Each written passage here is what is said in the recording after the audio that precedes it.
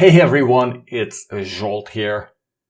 Andy from Cohort 11 of the Visual Thinking Workshop introduced me to Google's NotebookLM over the weekend, and I was so blown away by what this tool can do that I thought I would share with you. So the first part of this video is going to be a podcast generated by NotebookLM or Gemini, based on the full script of the Visual Thinking Workshop. And then I'll come back at the end and I'll show you a bit behind the scenes of how I created this podcast. So first of all, enjoy the podcast, be blown away. I think it is just unreal, unbelievable. It is so helpful, so realistic. I really cannot find words. So enjoy the podcast and see you at the other end of the podcast. Ever get that sinking feeling? Yeah. You know, like you've read tons of articles, highlighted the important stuff, even taken notes. Mm-hmm. But then when you need that one crucial piece of information, poof, it's gone, vanished into thin air. Yeah, I know that feeling. Today we're diving deep into a visual thinking workshop. Okay. It's all built around this framework. They call it the mindset, and it claims to totally revolutionize how we learn and think. It's a pretty common struggle, right? Yeah. Especially these days with so much information overload. Mm-hmm. Our traditional text-based methods, they kind of fall short. Our brains just aren't wired for linear note-taking, you know? So walk me through it. What's happening in our brains when we try to learn something new? Well, imagine instead of neat little files in a cabinet, knowledge is more like this giant web of interconnected ideas. Okay. And when we learn something new, it's got to find its place in that web, right? It needs to link up with what we already know. So basically, trying to cram this multidimensional web onto a flat piece of paper with linear notes, it's just not going to cut it. Exactly. We lose all the depth, the richness, the connections that make knowledge stick. It's like the difference between looking at a long, boring receipt. Oh. Yeah. Experiencing a visually stunning storefront display, right? Yeah, that's a great way to put it. You get the whole picture, the relationships, the overall feel instantly. Okay, that makes sense. But why this specific workshop? Right. Can't I just Google visual thinking and figure it out myself? Sure, you can definitely explore on your own, and there's a ton of stuff out there. Mm-hmm. But this workshop gives you a structured path, like a guide leading you through unfamiliar territory. I see. So you don't get lost. Plus, you're learning alongside a community of people, you know, sharing insights and supporting each other. There's that saying, if you want to go fast, go alone. But if you want to go far, go together. Exactly. And this workshop is all about going far with visual thinking. It really wants you to embed this as a new way of thinking. And it's based on solid science, too, right? Absolutely. It uses Annie Murphy Paul's book, The Extended Mind, as its core text, which dives into these things called cognitive loops and how using visual tools can supercharge our thinking. So it's not just about pretty pictures. It's about tapping into how our brains work best. Exactly. It's about learning effectively. But let's be real. Who has time for another workshop? Yeah, right. We're all juggling so much already. What would you say to someone who's worried about the time commitment? Well, the workshop does take dedication, about 12 and a half hours for the video lessons and another, I think, 23 and a half for homework and reading The Extended Mind. But honestly, it's more of an investment. You know, you're not just learning a new skill, but changing how you learn and think entirely. It's about developing a new mindset, a new lens for seeing and processing information. Precisely. And this goes beyond any specific tool. Yeah. It gives you a framework that works regardless of the tools you prefer. Pen and paper, whiteboards, or those fancy digital tools like Readwise, Excalidraw, or Obsidian. The principles stay the same. That's good to know, especially for people intimidated by tech. But I bet some folks are still skeptical. Sure. What are some common arguments against this type of workshop? Well, a common one is that visual thinking takes too much time, that it's just another layer of complexity in an already overwhelming world. But the irony is it actually makes you more efficient in the long run. Oh. By processing information visually, you absorb and retain it faster, so you save time down the road. So working smarter, not harder, by harnessing our brain's natural visual processing power. Exactly. Another myth is that visual thinking is only for creative types. Right. But honestly, it's a cognitive skill that benefits everyone. It's about making complex stuff clear and accessible no matter your profession or interests. This sounds like a game changer.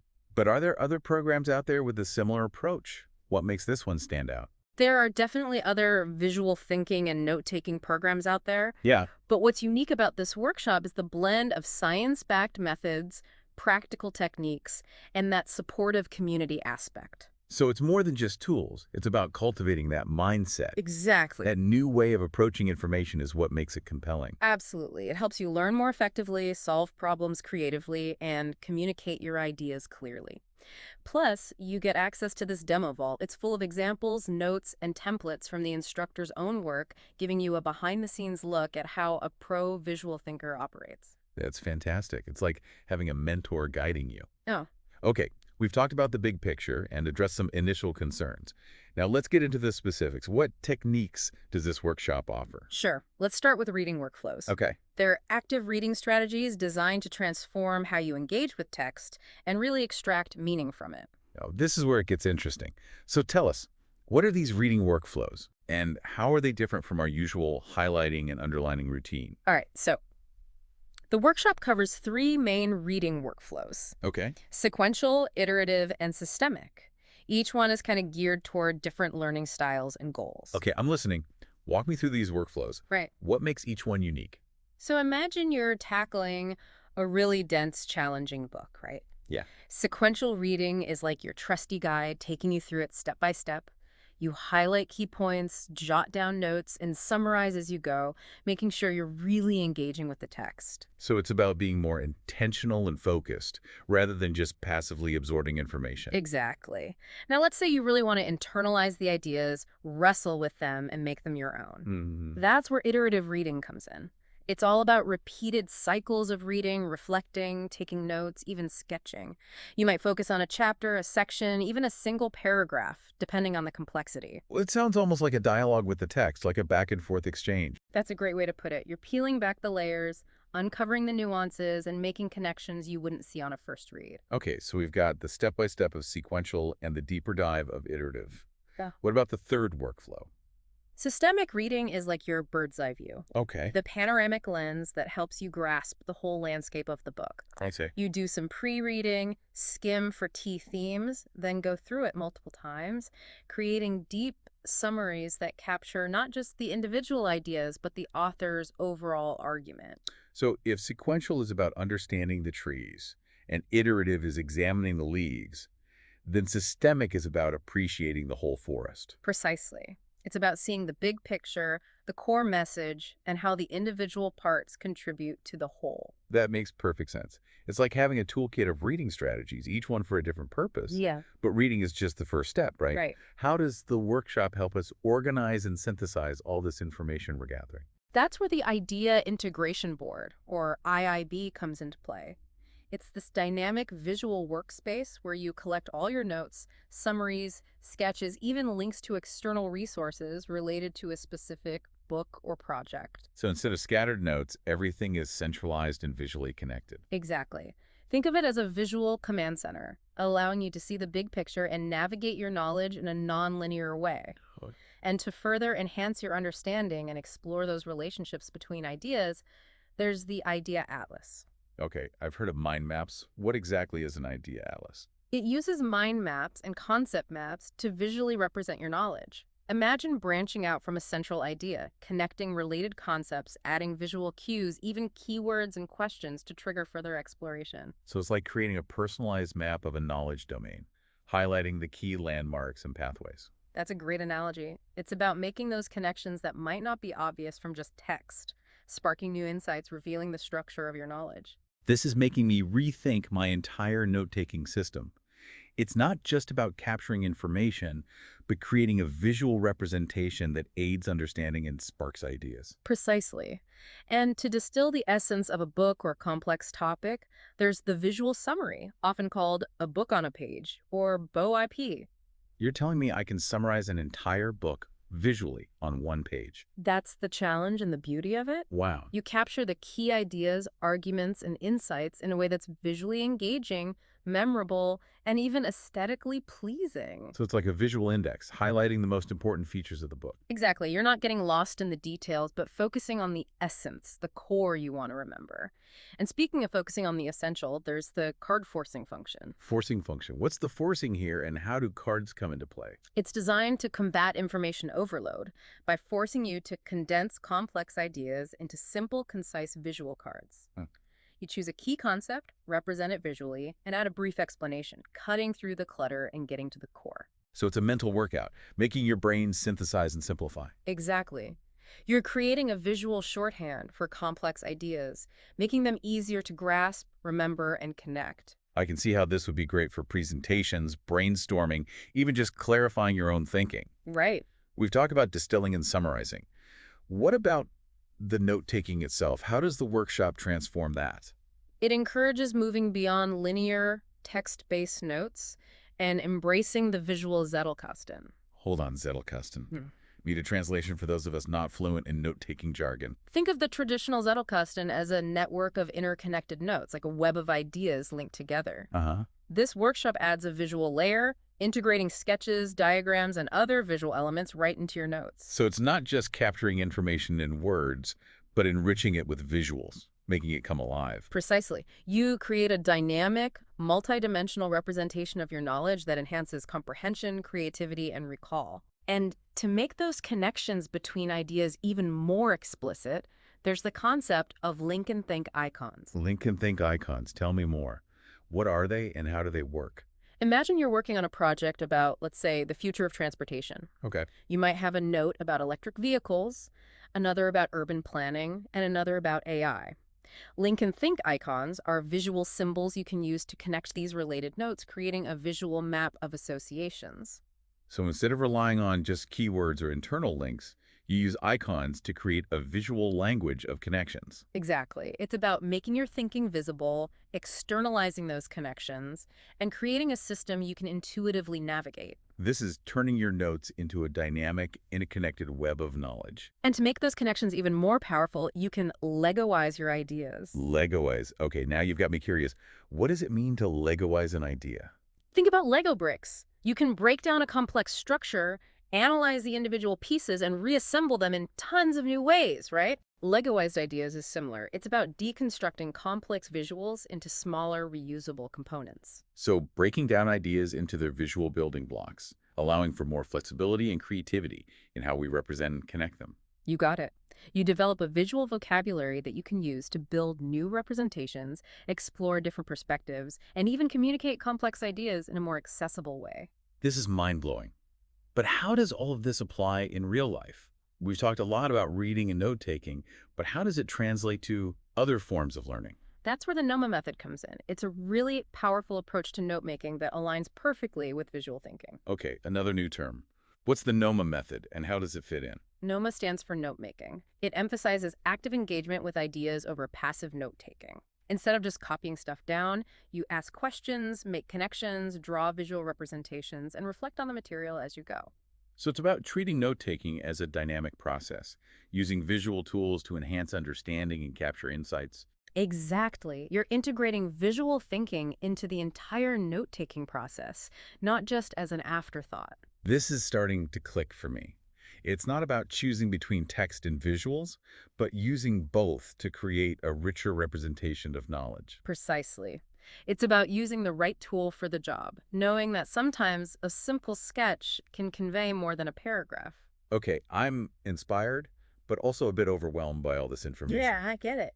With so many techniques and tools, doesn't it get overwhelming?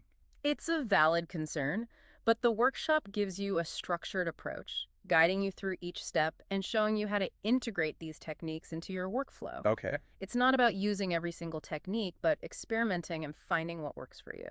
That makes sense. Personalizing the approach and building a system you can actually stick with. Exactly.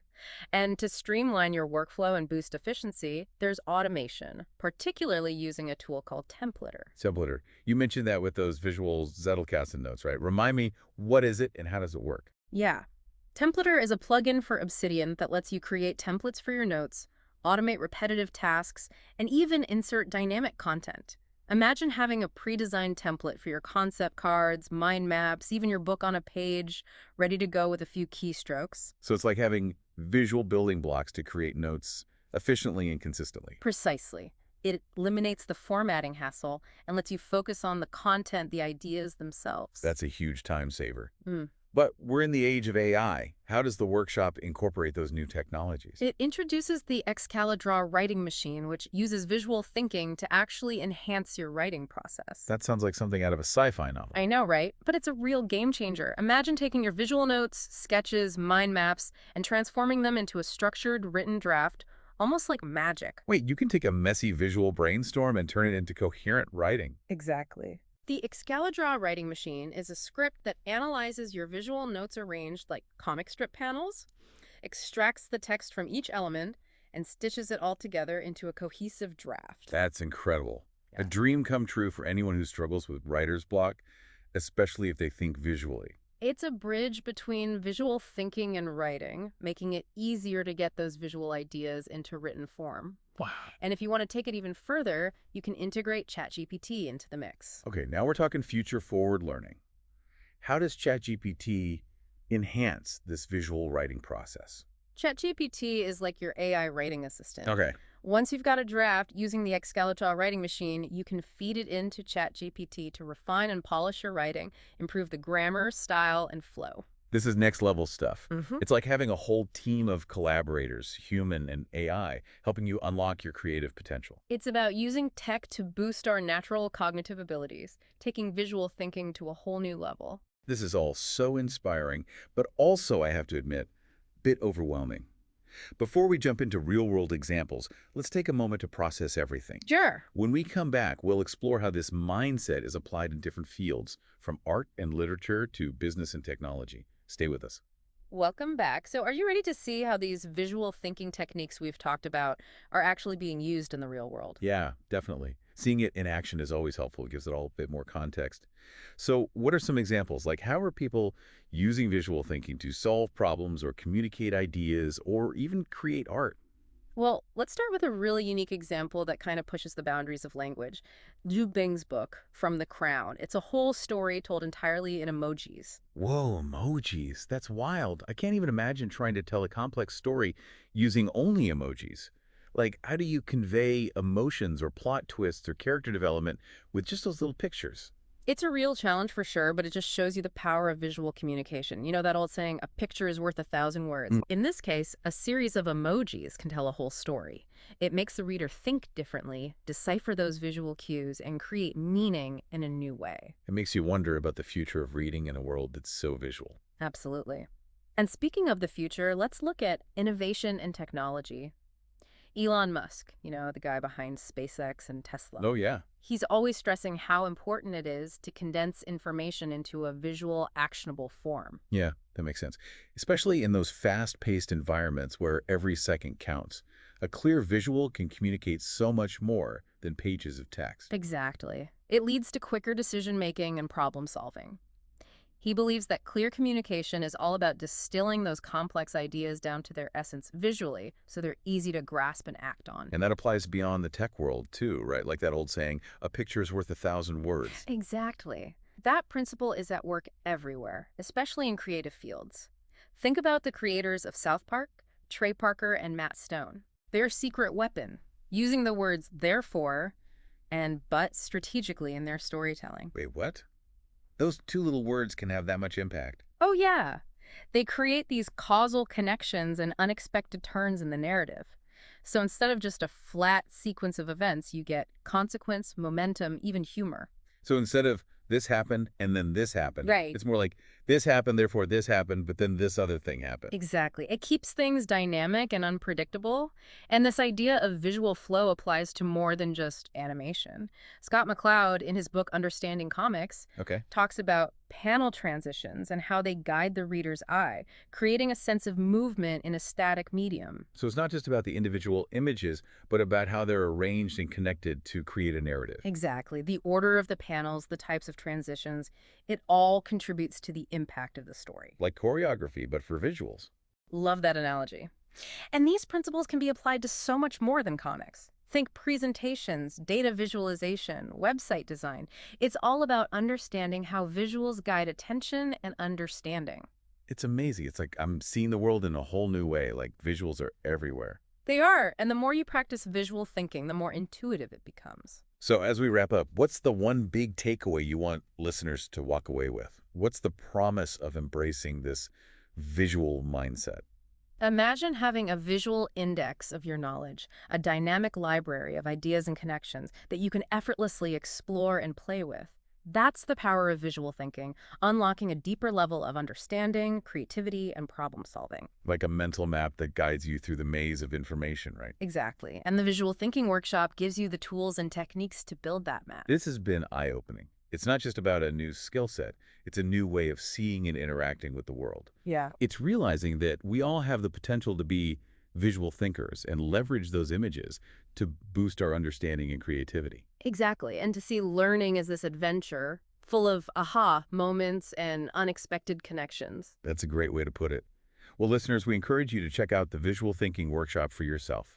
The journey of visual thinking is a fascinating one, and we're confident you'll discover a world of possibilities you never knew existed. Thanks for joining us on this deep dive. Keep those minds open and those ideas flowing. So what do you think? I think this is just simply amazing. I really struggle to find words. But let me show you how I did this. So all you need to do is you need to go to notebooklm.google.com and you need to log on with your Google account. And then you can create notebooks. I actually created multiple notebooks in a different account because after a time I ran out of free generations and then I used a different Google account to continue on with experimenting. By the way, NotebookLM at the moment is free of charge. They might have a pricing later on, and the generation limits are super generous. But so let me show you how a notebook looks like. So this is how my notebook looks like. What you see on the left-hand side are PDF documents that I uploaded. These are the transcripts of my course plus some additional materials here. NotebookLM can process up to 50, that is 50 different documents. And each document can be 200,000 words long, which is an almost 60,000 words more than what ChatGPT can handle per book. And you can have 50 of those. And then when you have all of your material in one place, you can start to chat with the material. So for example, I can ask NotebookLM, what are the key concepts in the course? So let me just ask this. And what NotebookLM does is it provides you a very succinct, to the point response with key references to where the questions come from. So here I can see it's about visual thinking, it's about personal knowledge management, it's about the mindset framework. And here you can see that you'll find the reference in the source material, exactly a reference. So this is just simply awesome. What I found is, of course, it's AI. It's not 100% full safe, but it is pretty good. So this is one part, but this is not how I generated the podcast. For the podcast, you need to click here on Notebook Guide. And I've already generated a podcast. So once you've generated a podcast, you can play that podcast or you can download it. And of course, you can change the playback speed and so on. But if you want to generate a different podcast, because you can prompt the podcast with your questions, and then it will generate a different type of podcast. So for example, what I did now is I went through my course, and for each chapter in the course, I prompted it to provide a quick, round about 10 minutes summary for that chapter. And I added it to my course so that people who buy the course will not only listen to me and go through the exercises and practice visual thinking, but they get this additional tool of summarization, and each summary is about the specific items discussed in the chapter. But so let me show you how you can change the prompt. So if I come here and click delete, I need to delete, so I can only have one podcast at a time. But of course, as I showed you, I can download it. So let me just click cancel. So before deleting it, if you like the podcast, you can download it.